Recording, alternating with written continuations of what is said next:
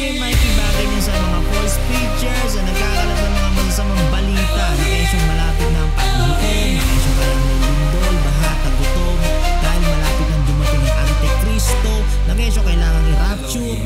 Ano yun? Tatakasan na lang ng taong mundo kasi talo na ng kasamaan. Kaya kailangan ng i-rapture. Na kesyo para hindi matataka ng 666, hindi nila nalalaman ang kanilang sinasabi. Kaya nila nasasabi yun. Ang sabi ng banal na kasulatan, ipahayag ninyo ang mabuting balita. Kaya hindi masamang balita ang dapat. Ang sabi ng banal na kasulatan, of the increase of His government and peace, there shall be no end.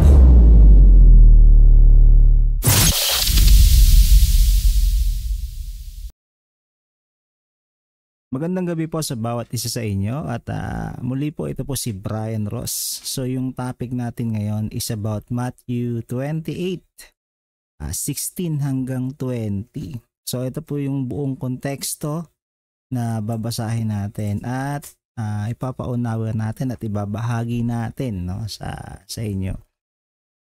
So ang sabi po dito, datapwat ng si Paraon ang 11 alagad sa Galilea. So 11 na lang po sila dahil yung isa wala na, yung si Judas Iscariote.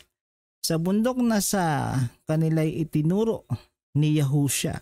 So ang ginagamit po natin dito na pangalan is yung original Hebrew name na Yahushua po, no? So sa ibang term, merong ginagamit na pangalan, ibang language, ibang salin, ibang version. So ito pong ginagamit ko na pangalan ng Mesiyas is yung original language which is Yahushua. So sa 17, at nang siya ay kanilang makita ay kanilang sinamba siya, natapat ang ilan ay nag-alinlangan. So yung iba nag-alinlangan sa kanya, at then yung iba naman syempre sinamba siya. Kaya sabi niya dun sa 18, at lumapit si Yahushua sa kanila at sila'y kaniyang kinausap na sinasabi, ang lahat ng kapamahalaan, all power sa langit at sa ibabaw ng lupa ay naibigay na sa akin. Dahil dito, magsiyaon nga kayo at gawin ninyong mga alagad ang lahat ng mga bansa na sila'y inyong bautismuhan sa pangalan ng Ama at ng Anak at ng Espiritu Santo, na ituro ninyo sa kanila na kanilang ganapin ang lahat ng mga bagay na iniutos ko sa inyo, at narito ako'y sumasa inyong palagi hanggang sa katapusan ng sanglibutan. So napakasimple lang po ng verse na to na i-share natin para sa inyo. So sa 18, sabi niya, lumapit si Yahushua sa kanila at sila'y kanyang kinausap na sinasabi, ang lahat ng kapamahalaan, lahat po, all power in heaven and earth has been given to me.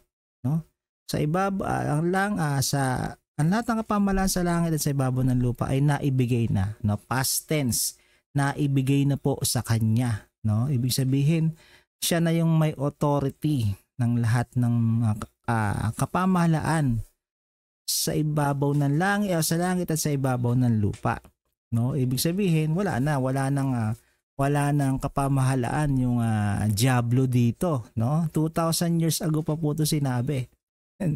Napakalaki pong kinalaman nito dun sa paghuhukom, kaya dapat maintindihan niyo po ito.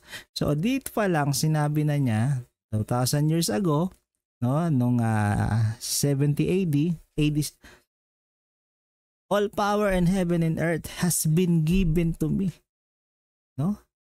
So nasa kanya na, hawak na niya yung kapamahalaan, yung kapangyarihan. Siya na yung tagapamahala, siya na yung namamahala sa langit at sa ibabaw ng lupa. Kaya sabi niya, dahil dito, magsiyaon nga kayo. So inuutusan niya dito yung 11 alagad. At gawin ninyong mga alagad,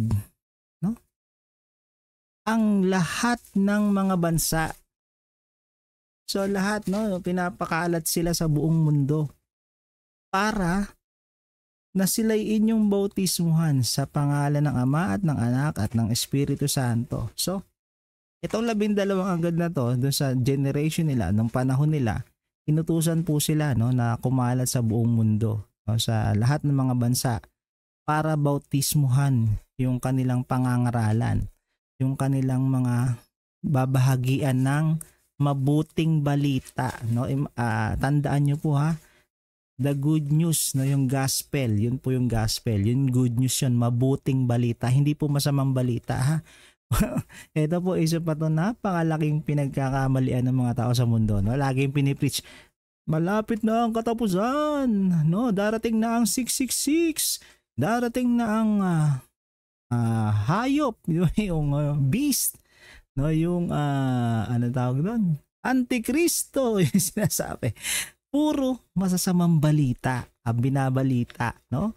Kabaligtaran po doon sa inutos ng ating Mesaya, ng ating Mesiyas na si Yahushua, na spread the gospel. Ibig sabihin, spread the good news. Bakit? Ano yung good news? Naganap na yung paghahari, no? Nasa kanya na yung kapangyarihan. All power in heaven and earth has been given to me. Kaya yun yung sinabi niya, oh, lahat ng kapangyarihan sa lahat sa ibabaw ng lupa na ibigay na sa akin. Kaya dahil dyan, magsiyaon kayo. Oh, gawin ninyong mga alagad ang lahat ng mga bansa. Bakit? Para maging alagad niya. No, inutusan niyo yung mga alagad niya para madagdagan, dumami ng dumami yung mga alagad. Bakit? Kasi lahat ng kapamahalaan nasa kanya na, naghahari na siya. Ay, kuha niyo po yung napakadaling unawain, no? Kaso hindi po ito nauuntindihan ng mga pekeng mga ngarel, no? Mga peke, mga hindi pa nakakapasok sa paghahari, no? Wala pa, hindi pa sila nakakapasok sa paghahari kasi bakit? Ang ini-spread nila bad news. Puro bad news, bad news, bad news. 666, Antichrist, beast, tagutom, lindol, gera. Diba? Puro pananakot sa mga tao. Puro bad news. Hindi nila sinusunod yung inutos dun sa mga alagad na spread the gospel, spread the good news. No? Magbautismo. No? Gawing alagad ang lahat ng mga bansa. So ito po, dapat mag-focus po kayo dito. Dapat bigyan yung pansin to, no? Inutusan po yung mga alagad na yon na gawin ding alagad yung lahat ng mga bansa, yung mga tao. Gawing alagad yung mga tao. So, ibig sabihin po nun, halimbawa, ikaw inabutan ka nung isa sa 11 alagad, oh. Tinuruan ka, pinangaralan ka, in-spread sa yung gospel, shiner sa yung gospel, binautismuhan ka. Kailangan po, obligado, kung ano po yung tinuro sa kanila, no? Kaya sabi dito, nabautismuhan ninyo sila sa pangalan ng Ama at ng Anak at ng Espiritu Santo, na ituro ninyo sa kanila, no? Na kanilang ganapin ang lahat. Ibig sabihin, kung ano po yung tinuro sa kanila, ituturo din nila sa atin, at yung itinuro sa atin, ituturo din natin sa iba yon. Kasi lahat kung ano yung tinuro sa kanila, tinuruan din silang mag-preach, di ba? Tinuruan silang mag-spread ng gospel. Ibig sabihin, kung tinuruan silang mag-spread ng gospel, kailangan obligado rin po tayong mag-spread ng gospel. Hindi mananahimik lang tayo. Kaya nga sabi, hindi yung mga tagapakinig lang, no? Yung aariing ganap, kundi yung tagatupad. Kung tagapakinig ka lang, hindi ka hariing ganap sa kaharian ng langit. Wala ka, hindi ka pwede, rejected ka. Kasi naging tagapakinig ka lang, hindi mo talaga sinunod yung lahat ng inuutos ng banal na Mesiyas doon sa kanyang mga alagad. No, nagawing alagad, pag alagad sila, kailangan magiging alagad ka rin. At yung alagad, nag-i-spread ng good news, nag-i-spread ng gospel, lalong-lalo na po yung mga kalalakihan. Kasi yung mga babae, pinapatahimik po yan sa mga iglesia para hindi magkamali-mali. No, bawal po magturo yung mga babae. Anong trabaho ng mga babae?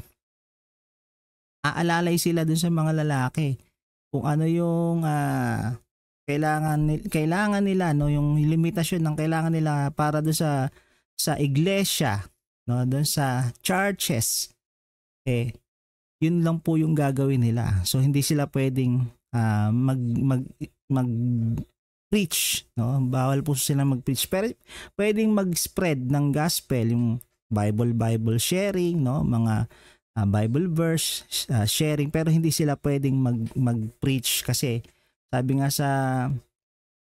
ni Apostol Pablo, yung mga babae magsitahimik sa mga iglesia.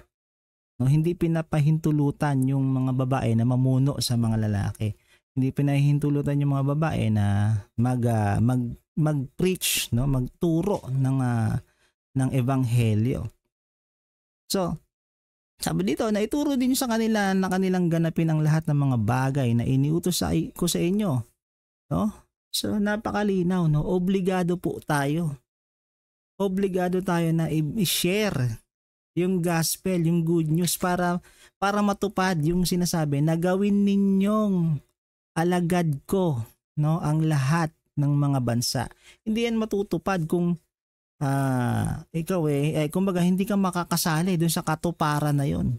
Nagagawing alagad yung lahat ng mga bansa.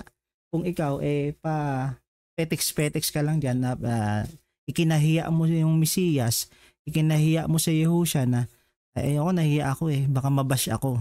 May ng ibang mga religions diyan. Di ba? Nahihiya ako kasi hindi parang ang sabihin banal-banalan ako, no? Kumbaga nag-doubt ka. Marami kang doubt, marami kang pag-aalinlangan na in short kinakahiya mo yung Misaya. Kaya nga sabi niya, kaso sabi niya kung sino man magkahiya sa akin, ikakahiya rin niya. 'Di ba? Sa harapan ng kanyang ama, no, sa araw ng panghukom. So paano 'yon? Wala. Kinahiya mo siya So in short, ito obligado po tayo, no, na obligado po tayo na mag-share or mag-spread ng good news, ng mabuting balita na ng gospel. Kung babae ka, spread mo, i-share mo yung mga Bible verse, no? Pero hindi ka pwedeng mag-explain, hindi ka pwedeng magpaliwanag. No, kasi nga limitado lang po yung mga kababaihan sa mga iglesia. Pero pag lalaki ka, kapag meron kang kakayahan na mag-preach, no, magpaliwanag ng banal na kasulatan, go, no? Basta hindi ka hihigit sa mga bagay na nasusulat. Hindi ka mag-iimbento ng kung ano-ano, no? Huwag kang gagaya dyan sa mga mali-mali yung mga turo, no? So then, eto nga, sabi niya at narito, ako'y sumasa inyong palagi, no? Hanggang sa katapusan ng sanglibutan. So, tandaan niyo po, ang kausap po dito ay yung mga alagad yan nung time na yon, yung 11, no, yung generation na yon. Kaya yung generation na yon matatapos yon, no? Sa English po kasi nito hanggang sa katapusan ng generation. So hindi po yan katapusan ng mundo, katapusan lang po yan ng sanglibutan nung time na yon. Then after na matapos yung generation na yon, syempre mamatay din po yung mga alagad na yon. Yung sumunod na generation, yun naman yung sasamahan ng Mesiyas, no? Hanggang matapos po yung mission nila sa mulupa. Then, next batch, next generation, yun naman yung sasamahan ng Mesiyas. Hanggang sa panahon natin ngayon, no? Sasamahan po tayo hanggang sa katapusan ng sanglibutan. So, sana po naintindihan niyo po itong topic na to, no? Maigsi lang to. At mas malalim pa po to, no? Sa ibang topic po, tinatackle din natin to, no? na hinihimay din po yung mga ibang nakasulat dito at sana masubaybayan nyo, no? Yung Matthew 24, malapit na po nating talakayin. Ihimay-himayin po natin para mas maunawaan nyo po kung ano ba yung sinasabing paghuhukom, no? Ano ba yung 666? ano ba yung Antichrist, no? So, malalaman nyo po, no? Sunod lang po kayo, no? At maraming salamat sa Ama at sa Anak, no? At sa Banal na Espiritu Santo ang lahat ng kapurihan magpakailanman.